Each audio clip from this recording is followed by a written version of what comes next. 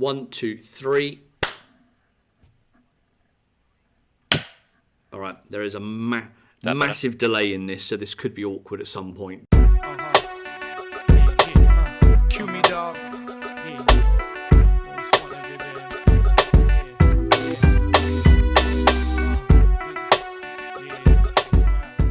Hey everyone, welcome to the Otherz podcast. I'm your host, Steve and Punesh, back again. Lots of episodes coming in the new year, fast and furious.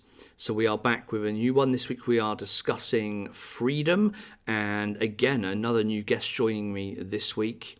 Of Instagram fame of N.E.R.D.live, it's Punesh Han. How you doing, man? I'm good. How are you? Thanks for having me.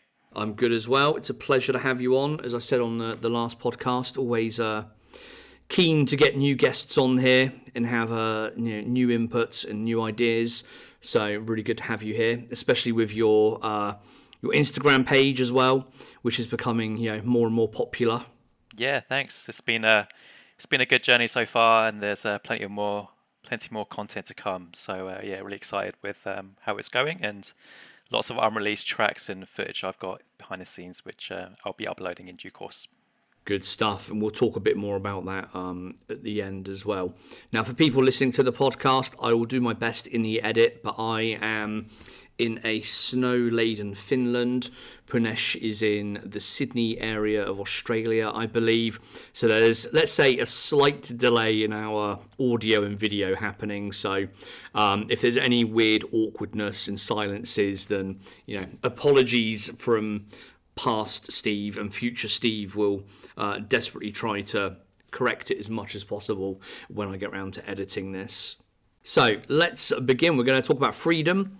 From the list of tracks that I had, this is one that you picked from that list. Any particular reason you were drawn to this one? Yeah, absolutely. Firstly, I think the track is extremely powerful, without question.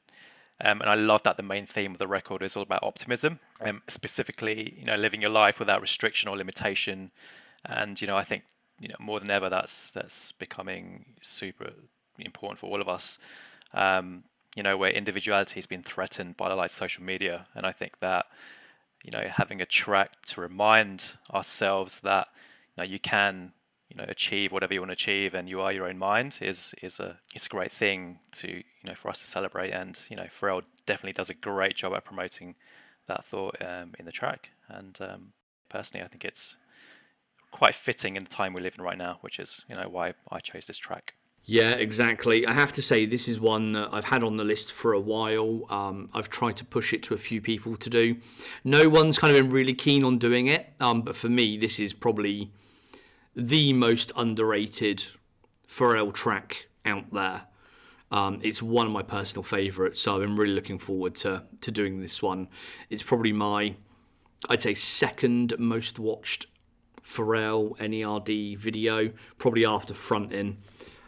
So I really enjoyed getting to watch it again repeatedly the last couple of days as I kind of go through it and make my notes and stuff. And like you say, it's probably timely with what's been happening of the last kind of couple of years as well. It kind of resonates again, I think. Probably resonates most times for a lot of people, but especially at the moment where a lot of us have been for the last couple of years in various different lockdowns and with various different restrictions, and especially you guys over there in Australia, where it's been kind of, I think, harsher than most places. You've really kind of suffered a bit over the last couple of years. So yeah, very timely as well. We'll do the very quick. So released on the 30th of June 2015.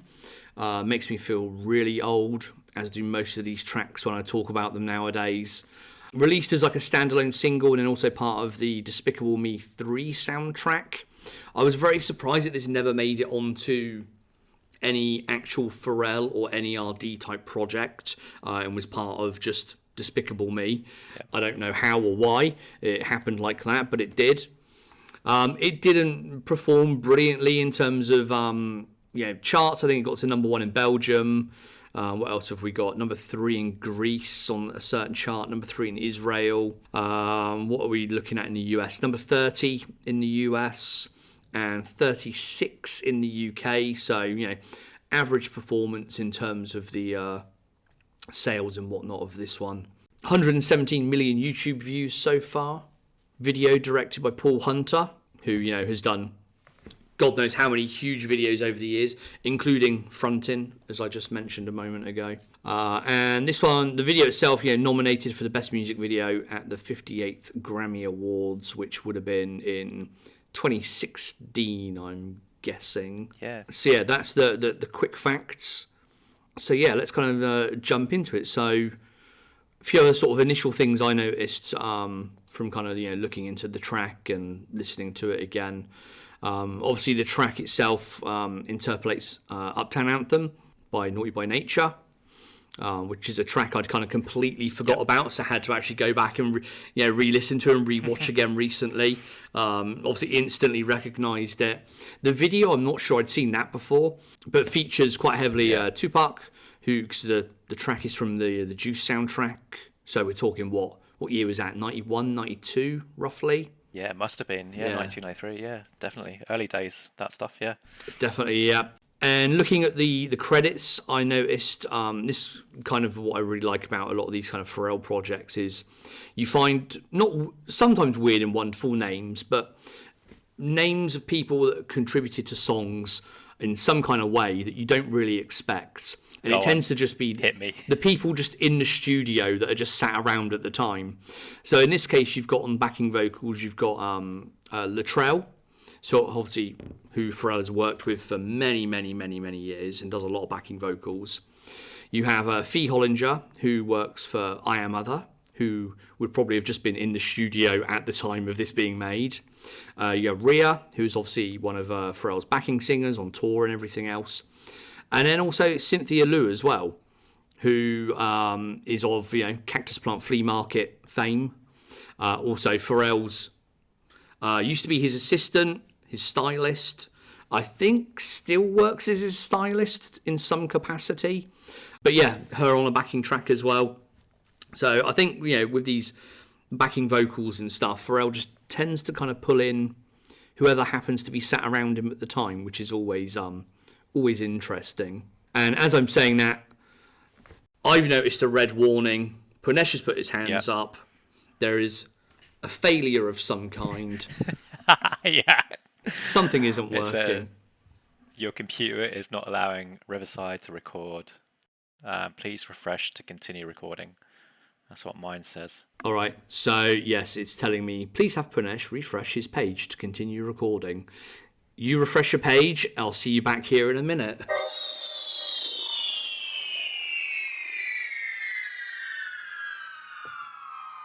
I'm back. Hey, we're back. Hopefully, slightly improved this time. A slightly better delay. And Punesh isn't going to run out of space on his computer. So we should be all right, hopefully. Here we go. So as we were saying, yes. We were talking about backing vocals and whatnot. Also on this track, guitar by friend of the podcast, Brent. I did ask Brent if there was anything particularly interesting about this track, anything that he remembers. His answer was a resounding no. Let me open my messages and see what he said. Where is he? Brent says... Good old Brent. Nothing really exciting about this one. It was a really simple guitar part, providing a one-note rhythmic motion to the track. Pharrell had the part and hummed it to me. And I played it. That sounds exactly like something Brent would say. Obviously Pharrell's gone in there. Brent has gone in there. I think as we've heard in the past, Pharrell already has all the different parts arranged in his head already, basically. He kind of hums it out in some way or plays it to somebody else, and they then take that and run with it. So a fairly straightforward part for Brent, I think, in this instance. Yeah. What else have we got in terms of facts and everything else? I think that's about it I had. So I will now hand it over to you, I guess, and give me your kind of thoughts and feelings and, anything you picked up on in the video and in the track that you want to talk about. Yeah, I think it's quite catchy, isn't it? And it definitely was a bit of a departure from what we heard from the Go album. So it was nicely timed straight after Go, actually. when his track came out. And yeah, it definitely kind of took more of a serious tone. I'm not saying Girl wasn't serious. I mean, generally it was quite uplifting. So when Freedom came out, it was, yeah, like you said earlier, it was a standalone track, and it was almost like, chapter 2 of Girl, or the next kind of iteration of where the album could have gone. Yeah, but my thoughts are it was super catchy. I loved the intro. The piano it's quite memorable. In fact, I even remember just that tune being stuck in my head, and I'm struggling to sleep at night because it was just like playing in my head over and over again. So yeah, generally just kind of it definitely does have a repetitive kind of nature to it as well, which is probably why it kind of got stuck in my head. But yeah, I think what I loved about the track more so is it built on that positive momentum from the Girl album, and it definitely took it to the next level. Yeah, it makes me think if maybe it was meant to be part of the Girl project and the Girl album, but maybe didn't kind of quite fit on it. Yeah. Because again, there are parts when you watch the video, there are parts of it that, again, you can interpret freedom, the word freedom and being free in different ways, and there are parts of it where you have the kind of dancers and backing singers all very dressed up, over the top kind of makeup and wigs, and them kind of removing that part way through the video. So there's that kind of freedom for women to not necessarily be beholden to having to wear makeup, having to look amazing all the time, having to do themselves up. And we also see at the very end of the video, two kind of girls taking off their blankets or whatever it is they've got around them, and running naked into wherever it was they were running naked into, and also kind of being free in that way. That's what freedom means to some people. So again, there's that kind of, it makes me think, did it originally fit on the Girl album with those kind of intentions in mind? Because obviously the Girl album is an ode to kind of women and stuff like that. So was it written in part, with that in mind? And again, when the video came around, was it made with, again, that partly in mind? Yeah, no, absolutely. And it's interesting you say that, actually, because when I was looking back at some of the videos from the Girl record, it actually had a bit more color, vibrant colors in pretty much all the music videos. Like when you think of Gust of Wind and Marilyn Monroe, like they're all very bright, vibrant kind of scenes. And then when you kind of watch Freedom, it definitely kind of has this tone to it, which definitely kind of gives it a more serious kind of look and feel to the actual music video. Like kind of like a low contrast, sort of washed out kind of tone to the video. And it definitely kind of plays into some of those really powerful scenes that you see. I think they're in the mines. And some of those kind of, they're immensely powerful. I mean, it definitely celebrates diversity really well, which I love. And as you mentioned, it definitely kind of is a continuation of Girl in celebrating that. Yeah, for sure. And as I kind of watched the video back again earlier and actually making notes, I started to kind of look at the different interpretations that you possibly have of the word freedom there. So we've already talked about one, women potentially being free from these kind of beauty standards, I'm saying in kind of air quotes, that we have today because of social media or whatever it may be. And then, as you mentioned, the diamond mine, so freedom from slavery and oppression and working like that. You had Muhammad Ali in there as well briefly. Yep. So that kind of freedom to kind of be who you are, to kind of stand up for your beliefs and your religion or whatever it may be. What else did I have? You also had I think it's a Sikh guy, holding the urn and throwing the ashes into the air. So again, that's all, to me, that kind of almost represents, like to some people, death is freedom. Especially if you're towards the end of your life and you're suffering in some way. We see that now with people going to, a really dark turn we've taken now, but people ending their own lives because to them that is freedom in some way to get away from the pain that they're in. One other sort of thing I did notice as well that I've got in my notes was he stands on a stage of a kind of school play, and behind him it's depicting what I thought initially was kind of, you know, Native Americans or somebody in a net, and they'd been kind of captured. But it was actually, when I looked at it the other way round, it looked like these kind of explorers that were trapped by a net, and then the kind of, you know, Native American people, or whoever it may be, the natives again in air quotes, actually standing there looking at them. So again, it's that that different interpretation of freedom there. Yeah. And seeing that freedom from, you know, those different perspectives as well. So that's what I really liked about the video, just all these different interpretations where you don't necessarily think about it as you watch the video and see the clips kind of flash up. They don't necessarily mean that much. But when you actually go through and look at what each one could be in terms of the word freedom and what that may mean, yeah, there's a lot of meaning there. There's a lot of thought kind of gone into that, and that's why I kind of really like the video. And I don't know how much of that came from obviously the director Paul Hunter, and what came from Pharrell, and what came from other people, but I very much imagine, yeah, Pharrell had that kind of idea in his head, which I think he has with his videos as well, from what I've been told. Yeah. You know, he goes in there with an idea and a concept that he wants, and he possibly went in there with, you know, this idea of, I want to show freedom in lots of different ways. Here's some examples. Let's build upon that, basically, and that's what we have as we kind of progress through the video. Yeah, it definitely kind of it reminded me of the Happy video in the way some of the scenes were shot, with when Pharrell was like head on with the camera. So that definitely continued into this music video. But one thing I did want to talk about was, I love the fact that the video really celebrates the beauty behind that, you know, behind that diversity that we see. Like every single scene, and some of those amazing aerial shots, some of the shots of, I think there's the Grand Canyons in there, and, you know, the shots of the birds and everything. Like, it really brings to life the beauty of those specific scenes, as well as the beauty of, you know, different backgrounds of people, and yeah, it's definitely kind of something that, like, I wish more artists did, really, you know.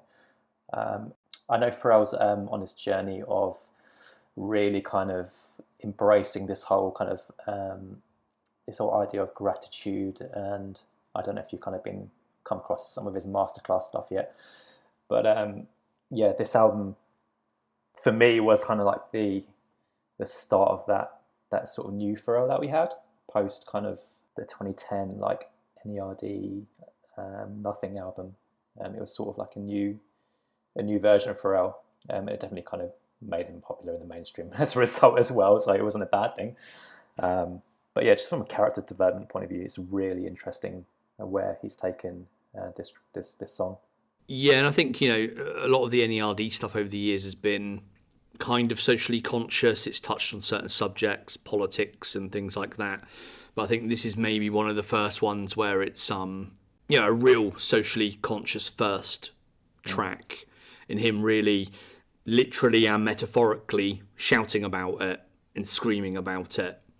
And again, just touching back on the kind of girl album part as you were talking then, I kind of thought, I think if you took out the shouting part, the track may well have fit on the girl album, but I think I was going to say it's jarring as he kind of shouts that. It is to a certain extent, but I think that's where it doesn't, you know, fit into another project. It may fit into maybe an N.E.R.D type project, but certainly not a girl project with that part of the track on it. It's just too much of a difference. And also, just touching on your point about the video, I've got a couple of notes about that as well, about the way some of it was shot. Beautifully shot. Some really nice, you know, kind of cinematography almost in there as well. Although I did notice a few parts in there, they do kind of look like stock footage. And there's nothing wrong with using stock footage in a TV show, a movie, a music video or whatever. There are certain parts where I sort of wonder, like, did they actually shoot that, or have they borrowed that from elsewhere? So a lot of the nature stuff, for example, like the the whale jumping, the cheetah and the antelope, those kinds of things, they look very stock footage-esque. But then at the same time, the footage of kind of the canyon and stuff, I think that comes partly from Paul Hunter, but also from Apple, who are involved in this project as well, to a certain extent. Yes. Now, something I forgot to mention earlier is this track was the first track used to launch Beats One on Apple Music. And it was used in the promotion of it, and it was Zane Lowe's first track that he played on there and stuff. But we saw around that time Apple heavily investing in music, in artists, in projects, and in videos. They paid Drake a shed ton of money to make some videos for him, basically to have exclusive rights to albums and stuff like that initially.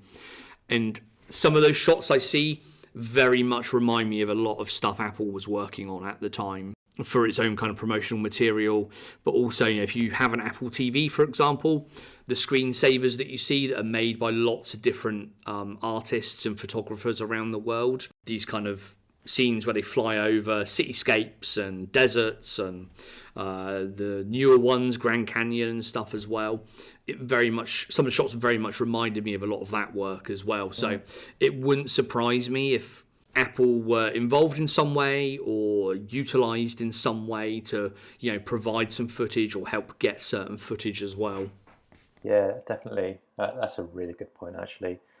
Apple's quite polished, isn't it, as a company? Everything it does is aesthetically beautiful. So and I think if you don't know much about Apple, if you're a general consumer, you maybe don't realize that they are so involved behind the scenes with stuff like this. So, as an example, as I just mentioned, they invested a lot of money in Drake a few years back. Now, Hotline Bling the video was paid for by Apple. They produced most of it. I think they hired the team around it. Yep. And also that album that it was on, I can't remember the name of the album. But by doing that, they kind of secured, I think, the initial exclusive rights to have it on Apple Music for whatever it was, the first week or 2 weeks or something. And they do that with a lot of artists. They're involved in a lot of projects that people don't really realise. And obviously, Pharrell has a relationship with Apple anyway. He's been working with them for a number of years. And I Am Other do a lot of work with Apple as well. Brent has worked with Apple. Yep. All of that kind of comes from that overall kind of relationship. So yeah, it wouldn't surprise me if they were involved, especially because it was being used to launch Beats One as well. Yeah. And they would have not needed the rights to have that, but I think if they sweeten the deal in some way, we'll help produce a video. If you don't release the track elsewhere, we get to use it first. Type agreement, maybe. Yeah, sounds about right. It's turned out pretty well for Pharrell and Apple, I guess, with the podcast still kind of going strong as well. I know there's like a few now, but yeah, definitely kind of... That's an Apple Podcast exclusive as well, isn't it? I think when it first launches, it comes out a few days now on that or on Apple Music or something first, yeah. Yeah, Other Tone you're talking about? Yeah. Yeah, exactly, yeah. Which I dip in and out of. I don't know if you listen to all of it. It depends on the guest when I tend to listen to it, because unfortunately, as much as I love Pharrell, my love for Pharrell and the team is, obviously well known. I'm making a podcast about them, but... His interviews and his involvement in a lot of these projects is he's a businessman now. He's not just a music producer, the way I look at it. So his answers, his questions and his answers to things he is asked are generally quite safe, I would say. They're almost kind of political to a certain extent, although very different on Drink Champs. I'm drunk now. Drink Champs. Once you get a few drinks down him, he loosens up a little bit, it seems. Yeah. But yeah, with his podcast, I find it a lot of the times a bit samey. So again, it will very much depend on the guest as to whether I listen to it. Yeah, I think my favourite one was actually when they had Justin Timberlake on the podcast, and Chad and Fam was on it as well, and just kind of talking about the issues behind the record labels as to why Pharrell can work with Justin, and I found that really interesting. Exactly. As a fan, that's the kind of thing I want to hear. Not necessarily like salacious stuff, but just how things happen in the background. How did you come up with that idea? How did you mix that record? How did you produce that thing? What were the challenges? What did you like? Yep. I'm not so much a fan of the kind of celebrity interview where they kind of sit there and just gush over each other and tell each other how amazing they all are, which I find a lot of them kind of can be. Which, if you're making a podcast that is for the masses, which it is, because obviously it's on Apple Music and Apple Podcasts, then fair enough. But I'm kind of more interested in a slightly different aspects. Yeah, no, I hear you. It's funny you said the Pharrell thing, because now that you said it, I can't get it out of my mind. Like, Pharrell definitely plays it safe on podcasts, and actually, I think last week I was watching the Rick Rubin interview that's on YouTube. I think it's like an hour long, and it literally is just them two gushing at each other in terms of some of the What songs. surprised me in that interview is he does have that kind of 5 or 10 minutes where he talks about blurred lines and gets quite sort of angry and annoyed and animated about that, because obviously that was in the kind of midst of the legal action, or maybe just after the legal action had kind of found in favour of the Marvin Gaye family. And he was, slightly, let's say, peeved about that, I think, having to pay out $17 million or whatever the amount was. So he gets kind of quite animated about that, which very much surprised me about that interview. But then, the rest of it is just them kind of telling each other how amazing they both are, which, is nice and all, but not the sort of interview I'm really sort of interested in. And that's why nowadays I think a lot of Pharrell interviews I tend to just skip over. I don't tend to watch them. I know if he says something potentially interesting or something I may enjoy, I will get told that by other people, or it will turn up in one of the Telegram groups I'm in, or one of the websites that I happen to go to get information and news. And then I'll go and watch it maybe. But generally now it's like I don't rush out to watch a new Pharrell interview, because a lot of the time there's not a lot of new stuff being said.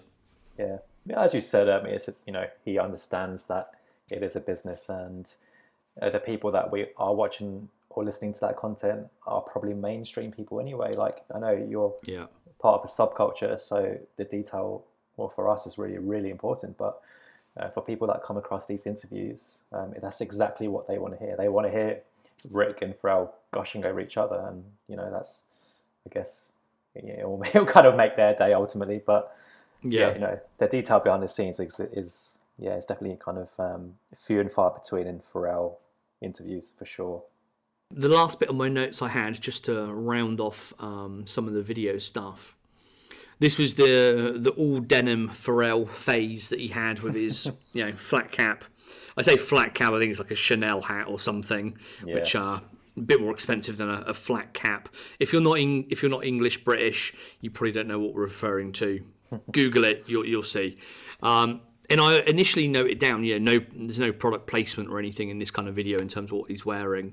But then going back and watching it again, there is blatant product placement in this. So he's got the Adidas jeans that he was wearing at the time, the customised pair, which fucking awful, horrible jeans with that Adidas logo on his ass, basically. Looks bizarre. Never a fan of those.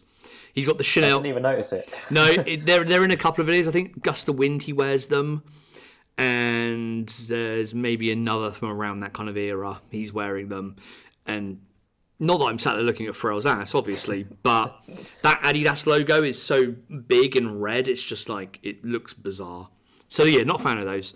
The Chanel belt, the understated Chanel belt he has on there. And then I'm assuming his kind of black shoes are some, horribly expensive pair from some brand that I'll never be able to afford. And like I say, his hat, I think, was like Chanel as well. I think I saw something about it around the time. So again, a hat that I'd never be able to afford, but probably wouldn't want to wear anyway. And then, a couple of denim shirts as well. Customized. I do like the denim shirt he's wearing, the kind of denim undershirt, which has the kind of hold on to me stitched into the back. which looks quite cool. Yeah, that's awesome. But yeah, no BBC, no human made, none of that kind of stuff in this video.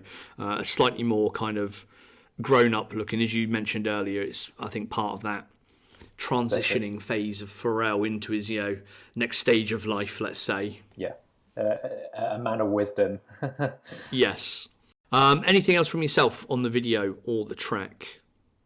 Not particularly. I think just kind of everything what I said earlier in terms of it was fitting around the time that it came out, but actually like things have gotten a lot worse in the world, and when you listen to it again, it still is quite relevant, and that's really important, because the world hasn't really gotten better. Really, it's kind of gotten worse, with the state of politics, with obviously COVID and everything like that, and we're definitely kind of seeing some countries go down this far right movement element at the moment, and it hasn't changed. I mean, it's gotten worse really. So it definitely feels quite relevant for me at the moment.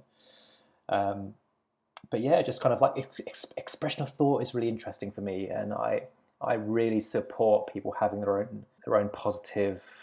Well, I think it's really important to be positive. It's really important to do good in this world, and the song supports it. So amongst all the kind of pain that we're suffering in the world today, it's quite nice and quite refreshing to have that kind of message out there, which is kind of again why I love the track so much, and as you said, why you love the track so much as well. I think we could definitely kind of have more of that kind of stuff, the airwaves, I guess. So yeah, that's kind of it for me. Yeah. Cool. One last point I had around some of the lyrics, because it was buried amongst all my other notes. Let me just move over to another screen and pull up the lyrics so I don't actually completely misquote it. The third verse on there I really, really like. All the verses are kind of quite short and simple, but on verse 3, you have the first part of it where there's a really good kind of wordplay and kind of meaning behind it. So that, to me, it's like it's a mixture of science and religion in one, and obviously those two things are normally very opposed to each other. If you're an extremely scientific person, you're not necessarily religious, let's say, and vice versa. It can be if you are the extreme of one or the other. But I like in this, I'll read the first kind of couple of lines. We are from heat, the electric one. Does it shock you to see he left us the sun? So there's, that we are from heat, so that's kind of can refer to, the Big Bang, where we all kind of originally come from. But then it talks about like he left us the sun, so it's it's referring to God in that instance. And then what I also like is the electric one, again referring to both. It could be the Big Bang, it could be an interpretation of God. But then in the next line, I like the play on the word shock. So he goes from electric to shock, which I quite like. It's quite simplistic but nice. Yep. And then the last kind of few lines of the verse, I am by no means a fan. I'm covered in tattoos, but I am by no means a fan of people getting song lyrics tattooed on themselves, because I generally think they're a bit cheesy, they don't always look that good, etc, etc. If I were, I think, to get any song lyric tattooed on me in some shape or form, it would be the last few lines from the third verse of this song. And again, I'll read it out. I won't sing it, obviously. Please do. So it goes, no, please don't. Atoms in the air, organisms in the sea, the sun and yes man are made of the same things. Now, again, quite a sort of simplistic lyric, but to me, that it defines the everything and the nothingness of life. And by that, I mean, it's what we're all made of. It's why we're here. It's why we are chatting by the wonders of technology from other sides of the planet, and being able to kind of do this. But at the same time, in terms of the nothingness, it's like, yes, we are made from the same things as everything else around us, carbon atoms and whatever else it may be. And that's the same as what every other planet is made from, what the sun is made from. So in the grand scheme of things, we're nothing. And, we are just nothing and one and the same. Yeah. A blip in time, and just, yes, all in one. So I really, really like that lyric. That's kind of what it means to me. And being a non-religious person, an atheist, the religious part of that verse doesn't really mean much to me, but I see what it means to Pharrell, because obviously religion is very important to him, but he is also a believer of and a lover of science as well. So it's always really interesting to see in his songs, his lyrics, and his projects, how he kind of balances those two things, which sometimes can clash against each other if you are, really, what's the word I'm looking for? If you're really kind of, if you're really heavily religious or really heavily into, the kind of scientific view. So it's always interesting to me to see how that balances out as well in terms of what he writes and what he produces. Yeah, absolutely. I mean, are you sure you don't want to get that tattooed somewhere on you? I think we started something here. I don't know. I'm still debating it. Like I say, I'm not a fan of lyric tattoos, but if I were to get one, it probably would be that. And if somebody out there can come up with like an amazing design of some kind and a place on me where it wouldn't look slightly ridiculous, then as someone who is already covered in tattoos, I'm open to to ideas. Yeah, what's one more tattoo? Come on. So anyone out there that's a tattoo designer, exactly, what's one more? Yeah, there's a space somewhere on me, I'm sure. But if anyone out there is an artist or a tattooist or knows of one, and you want to present something and share it my way, then by all means I'll have a look and I'll consider it. All right, I think that's everything for that track. Let's get into some news, and then we can talk about ourselves for a little while as well, which is always good. So only a few bits of news recently. Well, there's probably loads, but a few bits that I picked out. A new BBC store in Hong Kong opened earlier this week. Sure. And for reference, we are recording this on Thursday, the 6th of January, because this episode might not go out for another week or so, because there might be a little surprise in between somewhere. But yeah, a new BBC store in Hong Kong opened up. Again, interesting to see what they're doing with the BBC brand.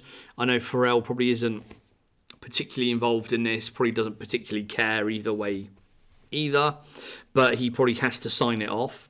So it was interesting to see this open, and interesting to see it open in the Hong Kong market as well, because we've already got the Japanese store out there, which ships across Asia.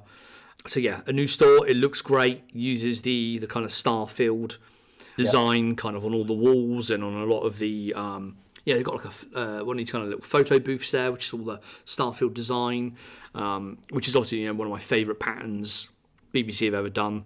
Yeah, it's pretty awesome. So I love anything with that on it. Yeah. So it's looking really good. Yeah. Is it a pop-up store or is it a permanent store? I believe it's permanent, I think. Okay. Yeah. It's you don't really hear about BBC stores opening up. So this Hong Kong one's definitely kind of interesting news at the moment, definitely. Yeah, exactly. So the last one before this was the Miami store, which was originally a pop-up, then it became permanent, then it moved locations. Now I think it's permanent at that new location, which is nearby to where it was previously. So yeah, interesting to kind of see this, interesting to see what it would do out there, and whether it will sort of stay open or not, basically. Hopefully it does. Yeah. What else have we got? Some new bits that I've copped recently. The BBC astronaut NMDs came out. I managed to grab a pair of those. They're looking good. An Adidas Human Race hoodie for Christmas. So thank you to the other half for that one. And also, finally, my Star Trek hoodie and T-shirt arrived this week, about 2 months after ordering them or something ridiculous. I don't know if you've managed to kind of, or you're even interested in this stuff, but whether you've managed to get any of this stuff. But yeah, so I got mine yesterday. Yeah. I'm quite disappointed, I have to say. So I'm wearing right now the Star Trek Hidden hoodie from a few months back, which to me is a great fit. Now I'm a fat ass. I wear like an XL. I tend to buy a 2XL because I like my hoodies, a bit looser, a bit baggier, a bit more comfy. So this is a 2XL, and this is kind of quite baggy on me. It fits Yeah. really, really nice. It's how I want a hoodie to fit. So I ordered the new Star Trek stuff, which I think was the second Star Trek drop. Yeah. I didn't bother getting anything from the first drop. I ordered a 2XL there, again, thinking they come from exactly the same manufacturer, exactly the same factory in Florida. Hey, future Steve here. After recording this, I actually confirmed with somebody from Star Trek that they don't in fact, or haven't in fact, manufactured the standard Star Trek and the hidden Star Trek collaboration in the same place. They just happen to ship from a very similar facility in Florida. So bear that in mind as you listen to me rant for the next few minutes. Now back to Past Steve. Thinking they would be the same fit, the same size. I was going to wear the hoodie for this recording because I only got it yesterday. I put it on, I squeezed into it, I pulled it down, and I was like, I can't wear this, I can't. Yeah. It's a 2XL. It fits like a large, Oh no. if that. The Yeah. t-shirt I didn't even try on. I just hung it up and left it. So that's really annoying. And I love the design of the hoodie with the embroidered kind of yellow Star Trek logo on the chest. Then obviously the kind of screen printing on the back with the kind of Star Trek thing. Really love the design. But yeah. See, that's interesting. Yeah, I'll give you my 2 cents. So I have that hoodie, the one you're wearing, the Star Trek hidden one. I've got that, and I also got the T-shirt as well in black. And what I noticed between the hidden stuff and the Star Trek stuff is the quality of the hidden stuff is so much better than the Star Trek stuff. So that made me realize that, well, I thought that they were actually from 2 separate manufacturers, because the hidden stuff is all top quality stuff, whereas the Star Trek stuff I think isn't as good quality as the hidden stuff. But for me, the Star Trek stuff actually fits me better than the hidden stuff. So I have that hoodie. Yeah, I've got the hoodie in small. I'm like 5'5". I'm tiny. I have the hoodie in small, and it's too baggy for me. So I think I've worn it a couple of times, just going to get a coffee in the mornings. But yeah, I'm kind of like now realizing that I don't fit in it, and I don't really know what to do with it. But the T-shirt fits me. The black T-shirt fits me. So yeah, okay. You're right. It is all over the place. But no, I copped the first Star Trek drop and the hidden stuff, and I also have a cap and a tee on order from Star Trek, and it's been like 2 months now. I actually sent them an email the other day, being like, "Hey, That's what I had to do." Yeah, but nothing just yet. Yeah, it's strange. It's annoying. And when the first Star Trek release dropped, I saw a lot of comments from a lot of people saying, you know, the T-shirts are really thin, they're really flimsy, they weren't fans and all that. So Yeah. I kind of avoided that first drop. But for the second drop, I like some of the designs. And also, you know, I've got to say, I have a walk-in closet next to my office here. It's full of literally hundreds of BBC pieces. I don't wear 99% of it anyway. So even if I buy it, it gets added to the collection as part of, you know, the kind of Star Trek history or whatever, then I'm kind of okay with that. But when it turned up, I really liked it, the design of it so much. I was really looking forward to actually wearing it. So I'm, really disappointed it doesn't fit. And like I said, the T-shirt, the quality wasn't too bad.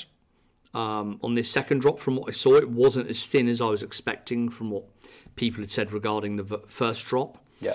The hoodie, definitely a very different material to this hidden one. This is kind of thinner material, but it seems more, I don't know how to explain it. Like a higher thread There's more count. to it. Yeah, something like that, yeah. You can kind of feel the kind of quality in it. It won't wear quite as well, or as badly.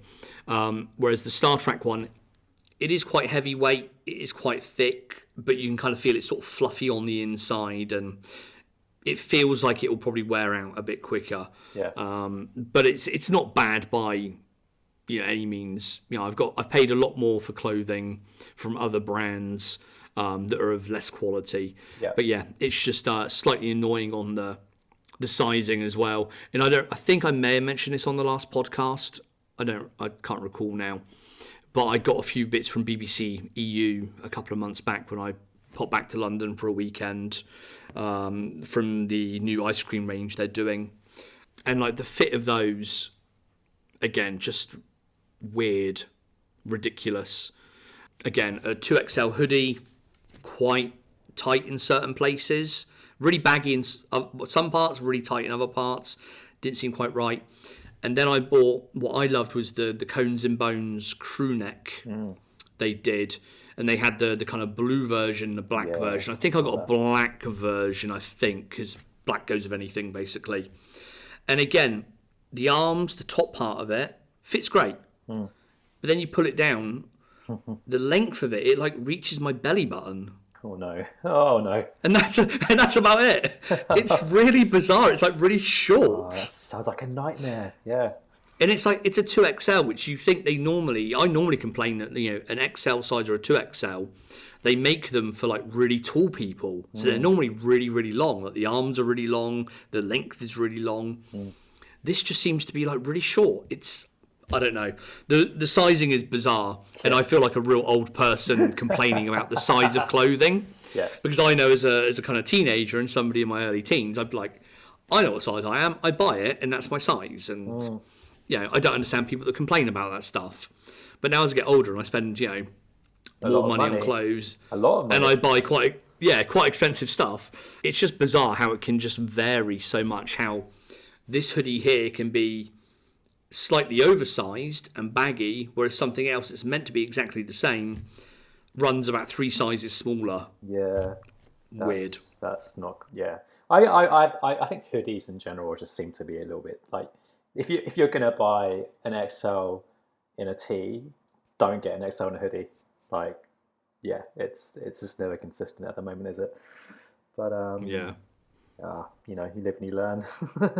Yes, exactly. The only problem I have is being out here in Finland is like, I don't get to try any of this stuff on. It's not like I can, pop to the local, my local BBC store and go, okay, this season, what is the sizing like? Try it on. Okay, I know I'm an XL this time, or I know I need to size up or size down.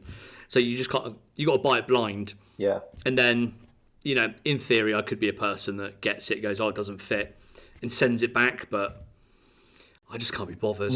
I'm just too lazy. Oh no, you're wasting money as well. I know, so I can't really complain. Yeah. I shouldn't complain, I should say.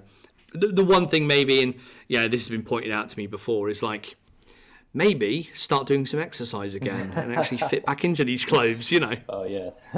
I don't know how long that would take that's not an instant fix though, is it? That's the No, exactly, yeah. That's a long-term thing. Yeah. And I just remembered also, very briefly, speaking about BBC EU, again, today is the 6th of January. There is a new ice cream drop happening today in store and on the website. I think it's 1 p.m. or 2 p.m. UK time, which is right about now as we record it. But I haven't looked yet, so I don't know what's in that drop. But if you are liking the new ice cream stuff, cough, cough, not the sizing, cough, cough, go and check that out, see if there's anything there that you like. I think that's all the notes I had. Before it gets past your bedtime, because you are in Sydney, about 100 hours ahead of me, let's talk about us for a bit, or let's talk about you for a bit. Sure. Let's talk about N.E.R.D.live and what you've been doing over there. Yeah, let's talk about that. So I've always kind of been into capturing videos and audio files from like a young age. I'm 35 now. I think I kind of got into it when I was like 15 or 14 or 15 or whatever. And I even have like these really weird recordings of like N.E.R.D playing Thrasher for the first time in Paris, and these really horrible mobile phone clips that just sound horrible. And for some reason, I just kept all of it. And I have a treasure trove of like live footage, and I even used to kind of like capture. So I used to record like live performances on the VHS, and like like how they did like All Eyes on N.E.R.D on MTV2 and all that kind of stuff. I recorded all of it, and I had like a capture device on my computer, so I used to transfer it digitally. So just over the years, I just kind of like managed to accumulate quite a lot of that stuff.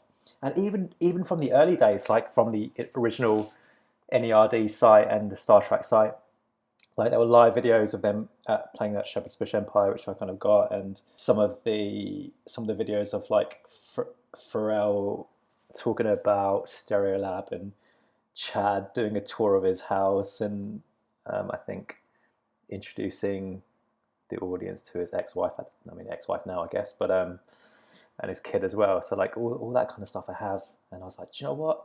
It's just going to sit on a hard drive forever, or I can do something with it.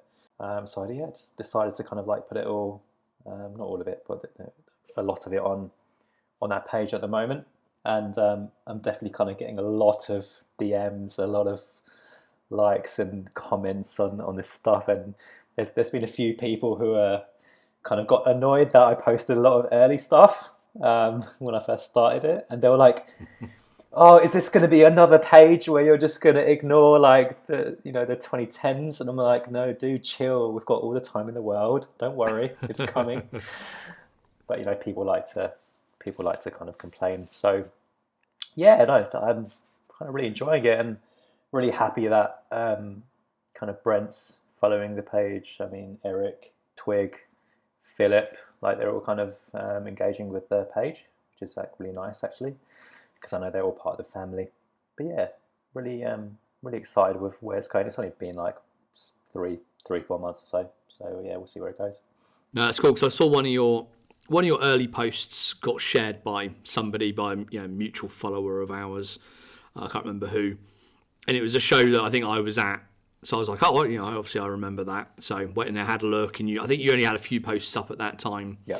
And I remember. I think I commented or something like, oh, I was there, and we maybe shared a couple of comments backwards and forwards. I think you were probably there as well. One of the London shows. Yeah. And yeah, it was great to kind of see some of that footage again, and kind of have those kind of memories. Because back then, I think I used to take a digital camera. I used to borrow a friend's digital camera to the show, so I've got like hundreds of photos back, printed off at my mum's house and stuff, and probably on my computer here as well, buried somewhere. But not many videos, because obviously those early 2000s ones, it was before we really had any decent kind of cameras in our phones and stuff, especially for video. So it was mainly like a digital camera with a zoom on it, standing kind of at the front or halfway back, taking pictures sort of through the crowd and stuff. So it's really great to actually be able to find some of those videos and relive some of those gigs, and a lot of them, because there's been so many over the years, I've just kind of forgotten about. People always sort of say to me like, oh, do you remember this show? And I'm like, no, I don't know if I was there. I assume I was, because it's a London show, and for a certain time period until I moved out to Australia in roughly 2010ish, whenever it was, I'd been to every London show they'd done. So I most likely was at a show if somebody brings it up and it was in London, but I just have no kind of recollection. My memory's awful these days anyway, and with the amount of shows, a lot of them just kind of blur into one. Yeah. So it's really great to kind of get those memories and see those videos. And even recently, I started going through a lot of my old photos I've got, and started to find lots from those old shows, and was like, oh shit, there was a show that year and I was there, and oh, that happened. And there's a few videos I've found here and there, really bad quality ones where you can barely even make out what the track is because the audio is just so bad. But there are some where I'm like, oh shit, I've seen him do that song, or they did that, and so it's really good to kind of go through that. And I was going to say to you as well, at some point I will dig through all of the archives and see if I can find anything that's semi-decent, or decent enough quality where you can at least make out what the track is, and send them over to you, and then if you want to share them you can as well. No, that would be awesome. I absolutely would would appreciate that. And actually, just it's really interesting you say it's hard to remember some of those moments from the early days. And actually, the Hammersmith Apollo gig that was on MTV, and I posted a few clips on that where Justin and Dizzy Rascal and everyone came out and whatever. That wasn't the first time Justin Timberlake had come out at an N.E.R.D show. And people don't know that Justin had come out early on. I think it was at the Brixton show, the early Brixton shows, or maybe even the Astoria shows. And I actually have video clips of Justin coming out for those shows in my archive as well. So like that's going to go up as well. There's like Killer Keller. Do you remember when he used to come on? Yep, I saw him there with him. Yep. Yeah, Killer Keller was there. We had like Spy Mob always did a set before N.E.R.D, and hey, even the script used to support N.E.R.D. And obviously the script got absolutely massive. So there's so much that happened during these shows, and there's so much footage behind the scenes that like I am really excited to kind of put up. But I think the Shepherd's Bush, the first the first Shepherd's Bush show, I think it was their first official show, 1st of July 2002. I'm never going to forget that I've date. got the poster just over my shoulder on the wall over there. Yep. Love it. Yeah, that was you had Lee Harvey, you had Khalees. It was it was a pretty special time. And I will say one thing about that show, which is because N.E.R.D weren't that big at the time, you didn't really get like the screaming fans, the ones who are shouting Pharrell every 2 seconds and elbowing you in the face just to get to the front. Like, you didn't have any of that. It was spacious. It was a vibe. I was definitely around people that were just smoking weed. It was it was a good time. And I think ultimately around the sort of like 2010s, I kind of got a little bit fed up of the shouting, the screaming, and the groupies, I guess. And I kind of fell out of love with going to N.E.R.D shows because it got aggressive. Like, some of these girls would do anything to get to the front, and oh yes, I've witnessed it myself. Yeah, and I think I might have mentioned it on the podcast before, but yeah, back in the early days when there was only really In Search of out, and then you had to be like a real hip hop fan to know who the Neptunes were, who Pharrell was. So you would go to an N.E.R.D gig and you would get such a wide spectrum of people in the audience. You would get the younger people that were into hip hop, that knew the kind of the club tracks and stuff. But then you would also bump into people in their sort of 50s and 60s almost that had just heard the In Search of album and loved classic rock and roll and jazz and stuff like that was obviously used in the album. So yeah, you had that really wide range of people, and then as you got into kind of the mid 2000s, 2006, around that sort of time, it gradually changed, and we got to that point in the mid 2000s where it was probably 75% screaming teenage girls, which would get, like you say, a bit tiresome when you would go and watch those shows, because any break in the audio whatsoever, and it would just be a cacophony of young girls just screaming at Pharrell and stuff, and it was just like, and as a young man who's there to enjoy the music and loves the albums and stuff, it's just like, oh god, Yeah, it's a bit too much, isn't it? We had a crew actually, like an N.E.R.D crew that used to go and queue up at 9 a.m. for every show, and pretty much for most of the early shows, myself and my sister were always number 1 and number 2 in the queue, and it was always the same people as well, like over the years, and we kind of got quite matey with all of them, and then we'd have like meetups and stuff, and a lot of them were into Bape and BBC at the time as well, and definitely kind of made some friendships from those early days. I feel that over the years we probably have crossed paths at some point without knowing, and here we are. I'm living in Finland. You're obviously from the UK originally as well, but you now live in Australia, where I kind of lived at one point as well. And here we are kind of crossing paths again, kind of all these years later, because I was very similar. I'd travel up from Poole, like normally the day of the gig or the day before, and I'd always get a hotel like as close to the venue as possible. So I'd sort of stay at the hotel, go check in, basically find the nearest pub, go for a pint, and then go straight over to the venue, and again queue outside and always be pretty near the front, probably in the first, when I first started going, probably in the first 10, 20 people. As I got older and wanted to queue less and less and wasn't interested in queuing, I'd go in right at the end. But at the start, in the early days, I was probably down the front somewhere with you and probably bumped into you at some point as well. I imagine. I'm going to look back at my photos because I've definitely got a lot of photos from us queuing up at the early days with the crew and stuff. So you never know, you might be in one of my photos. Yeah, and like I say, I've got hundreds as well. Unfortunately, and stupidly, they're all taken on a digital camera. But what I used to do is like not store them on a hard drive because it was a friend's digital camera. Is I would kind of take them or transfer them to a USB stick or whatever, go and get them printed off, kind of Photoshop at Boots or whatever in the UK, and then kind of delete all the digital copies and just have like the physical copies. So there's thousands probably in my mum's loft back in the UK, but I don't have a lot of the original digital ones. So what I now need to do at some point in the future is get all of those physical copies, ship them to here in Finland, and then like redigitize them all. Oh yeah, and you'll lose a lot. And then start going through them.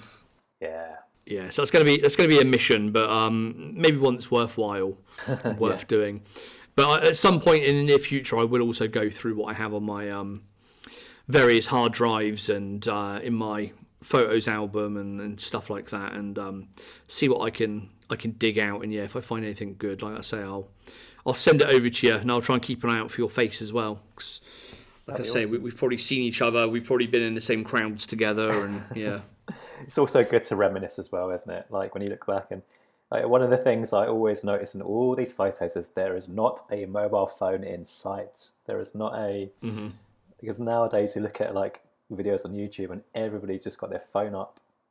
Like, I know I sound like an old man now, but back in those days, back in the day, it was like you could only focus on what was in front of you, and that was a beautiful thing. And I was actually thinking about it earlier today, before I came on this podcast, that am I ever going to get back into live music again? Like, am I ever going to feel the same attachment to live music that I used to feel, and all the experiences that we both have had going to these shows from the early days? Now, I don't think it's the same anymore, and I almost feel like a little bit gutted for the people that are going to live shows, because you literally have so many phones in front of you that you just end up looking at the show on somebody else's phone. It's really sad. And it's funny because I'm kind of guilty of that as well. Like when I go to a live show, not that I've been to one for quite a while, but when I do go to one, I always kind of think, I want to be able to remember it. I want to be able to kind of look back at this show and list, be able to say like, oh, I saw that song live, like maybe to my kid when he's a bit older, and go, here's a video of it. So I find myself, when certain songs come on with certain artists, if it's a really big one or one that I really like, I'm straight to my phone, record it, try and save that memory somewhere, because it won't last that long in my own head.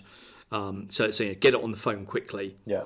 And then what I find is, as with most people, you never end up looking back at these things. They just sit there in your Photos app or on your phone or wherever, just forever. And occasionally I do try and go back. I do kind of categorize everything into gigs, and I label everything and date everything. So there are times when I do kind of scroll back through them, but there are times when it's funny, so there are times when I wish I hadn't been using my phone to record it.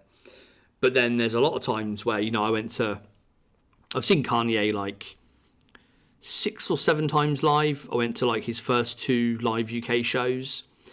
I wish I'd had a really good, camera phone then to record some of that, 'cause it was amazing. Yeah. Like this was, Kanye's first show. Nobody wanted to go with me, so I went like by myself basically. None of my friends, even those that are into hip hop, they're just like, oh, who? And at the time, he only had Slow Jams out. Yeah.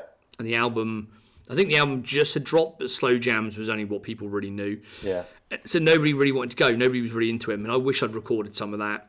I went to Eminem's first ever UK gig in London, which might have been Brixton. Yeah. He brought out Dr. Dre halfway through. Oh, and Dr. Dre did like 3 songs, I think. Yeah. So again, I wish I'd been able to like record some of that, because that's probably not likely. Well, they will perform again at some point together, and they do bring each other out for these kind of big festival events and really big kind of shows. you're never going to be in like a small, intimate kind of venue like Brixton Academy or wherever it might have been. With what's the capacity there? I think Brixton was around 3,000. I think it was. Unless you're talking about like Astoria or LA2, like those are the ones that were in the hundreds. They're really small, yeah. I think it would have been Brixton Academy. Yeah. But even to me, like with a capacity of that much, it's still what I would consider like a more kind of intimate gig. It's a smaller scale. It's not 100%. An arena. It's not it's not Wembley or whatever. Yeah. So I don't think none of us are ever going to go see Eminem in one of those venues again, and then have Dr. Dre come out halfway through, And there's been a lot of stuff like that over the years where I've gone to see people. It's been their first gig in the UK or first gig wherever, and then they've just blown up and taken off. And I wish I'd been able to kind of capture some of that early stuff. But then, like you say, it's I'm also glad I was kind of I hate to say it like this, but enjoying it in the moment. Yeah, exactly. Sounds very cheesy, but Yeah, but it's really important. But Steve, you sound like a trendsetter. You've been to all these shows and go to more. You never know what might happen. Well, not that live shows are happening at the moment, but when they do come back. But that was the great thing about like the UK back then in the early 2000s. It was like if you were just becoming like a big artist, or you wanted to you were like a US artist and you wanted to break Europe. Yeah, and obviously we view it from a different perspective. We view it as like a UK artist always trying to break America, But it works the other way around. US artists need to kind of break Europe a lot of the time. Well, they used to when you used to have to actually have record sales. So they would always come to London, And like I say, I'm trying to think of some of the others I've been to. I can't remember all of them, but the big ones to me, Eminem's first ever UK show, and Kanye's first one as well. And being there and seeing them, it was just amazing. I don't remember who I went to the Eminem one with, but like I say, Kanye, like nobody was interested. I think I used to always buy 2 tickets because I would normally always have a friend come with me, whether that was an N.E.R.D gig or somebody else. And I remember buying 2 Kanye tickets. Nobody wanted to come, and even like one friend who would normally come, her response was, "Oh, Kanye, is that the guy that's got that song where it sounds like a chipmunk on the chorus?" And I was just like, "Oh my god," because obviously it's got the sample in the chorus of Slow Jams sped up. Yeah. And my head in my hands, just in despair. And I ended up going. I think I ended up selling the ticket outside the gig to a tout or something. Yeah. And just getting half my money back or something, and then just queuing up and going in by myself. Yeah. And I'm trying to think who was supporting. I think he might have had John Legend, Samantha Ronson came out. Wow. The violinist that was in a lot of his tracks back then, is it Miri Ben-Ari or something? The Israeli woman who did a lot of his kind of violin production and stuff. She came on and did some stuff. And there was somebody else as well. It was kind of like a little kind of lineup before he came out, a little concert in itself. Of kind of artists that he was into at the time, or that he was working with, or the up and coming, like I say, like John Legend. And obviously Samantha Ronson was kind of popular back then, being the sister of Mark, and I think the girlfriend of Lindsay Lohan at the time. So she was kind of blowing up as well. Of course, yeah. So and that was kind of around the time where Amy Winehouse would have been touring, and she played a lot of gigs at Brixton at the time. I never got to actually. The same thing happened to me. Well, I was the one that turned down the offer to go to the Amy Winehouse gig that my sister had tickets for, and obviously now I regret that, and I'm gonna regret it for the rest of my life, because obviously of what happened. But I think there are two artists that I think I never ever got to see, which I'm really annoyed about. Which was Amy was one of them. Michael Jackson was the other. Michael Jackson, This Is It. I lived in Australia. Yeah, I lived in Australia at that time. I had tickets, and I was literally going to fly back from Perth to London for a weekend, just for 3 days. Yeah, the jet lag would have been horrific at both ends. I probably would have had some kind of breakdown at some point during or after. But yeah, I had the tickets as well. I was going to do that. That's, Michael's probably my main one. I was lucky enough. I saw Prince before he died. I saw James Brown just before he died. Yeah. I've got tickets for Elton John. Okay, cool. It's already been postponed 3 times because of COVID and because of his poor health that he's generally in these days. It's rescheduled for later this year, like November or something, 2022. Touch wood, he's in good health this year and nothing else happens. But I do kind of worry that I might not get to see him as well. I think Elton will still be around. He's done a few gigs in Australia, which I managed to catch in kind of small venues. Yeah. But yeah, he always bounces back, I kind of feel. So I wouldn't worry too much. Yeah, I've just listened to his recent autobiography as well, because I download the audio books always.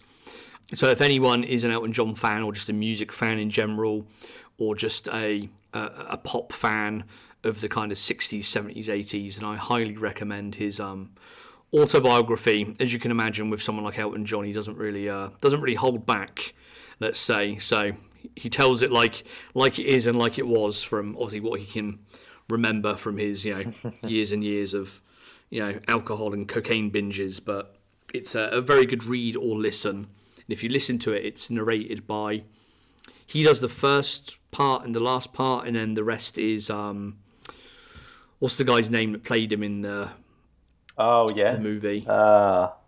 Taron Egerton. That's it. Yeah, the Kingsman dude, right? Yes. So yeah, he narrates the rest of it, and he does a really good job as well. So again, if you're a fan of him, then check that book out. It's definitely worth a listen or a read. Sure, good tip. All right. Anything else from yourself that you want to chat about? Oh no, just thank you very much for having me on the podcast today. It's definitely been a long time coming in terms of kind of getting in and amongst the I guess like the subculture that you're a part of, and I love what you do. So keep doing what you're doing. I think it's awesome. And I guess a final plug, which is head over to my Instagram page. It's nerd.live. So yeah, over the months and hopefully years, I'll be posting a lot of unreleased footage that I have. And if anybody has anything cool that they want to share with me as well, that they want to post on the page as well, then definitely feel free to send me a note in the DMs, and I'll be happy to post anything that's maybe of interest to the community. Nice one. I definitely and highly recommend the Instagram page if you are of our age and you've been to these shows and you can relive some of those memories. If you're a little bit younger, which most people seem to be these days, then you can live it vicariously through us for the first time and check out those videos. A few bits from me. I always forget to plug these other things. Obviously, there's the usual stuff. Head over to the Otherz with a Z.net to stream the podcast there, get all the show notes and latest information. You can find us at Otherz Podcast online. But also go check out the BBC ICECREAM Facebook page that I look after. What I probably should have done is prepared for this and had the URL ready, but I can't even remember what it is. Hold on 1 second. So it is the usual facebook.com, and go to BBC ICECREAM Worldwide for non-official BBC ICECREAM stuff. So some of the latest news, people's latest pickups, stuff for sale, legit checks, all that stuff. Head over to there. And also somebody recently asked me if there was a subreddit for the podcast and for N.E.R.D. There is a Pharrell one. There's a couple of Pharrell ones, in fact, but there was no N.E.R.D one. So I have gone and set up an N.E.R.D one. So if you are a Reddit user, head over to there. The subreddit is called Nerd Army, which is what N.E.R.D's handle used to be many years ago. So I've stolen that blatantly. But yes, it is an unofficial N.E.R.D subreddit. So you can go there, post N.E.R.D stuff, post Pharrell stuff, BBC stuff, whatever it might be. Anything that's related, you can stick it in there, basically. Then you can find me the usual places at Steve R. Penny. And there it is. You've got it on your screen. Lovely stuff. I'll put all the links to my stuff and to Punesh's stuff in the show notes. So yeah, make sure you head over there, subscribe, like, follow, all that jazz. And we will be back soon. You may be hearing this after a special episode, or the special episode may follow this. I'm not quite sure which way around it will go yet. But yeah, we're going to be doing this more and more regularly. Punesh, thanks for jumping on here. I know it's late for you over there as well. So I appreciate that, and you are more than welcome back any time as well. Thanks very much. Yeah, it's been an absolute blast, and I'm not feeling tired, so that's a good sign. I feel your pain. Like I was saying to you earlier, it's normally the other way around for me. I'm normally the one up late recording these things, so I know what a pain in the backside it can be doing these late at night. But yeah, that's it from us for this week. We'll wrap it up there, and we will speak to you soon, everyone. Bye-bye.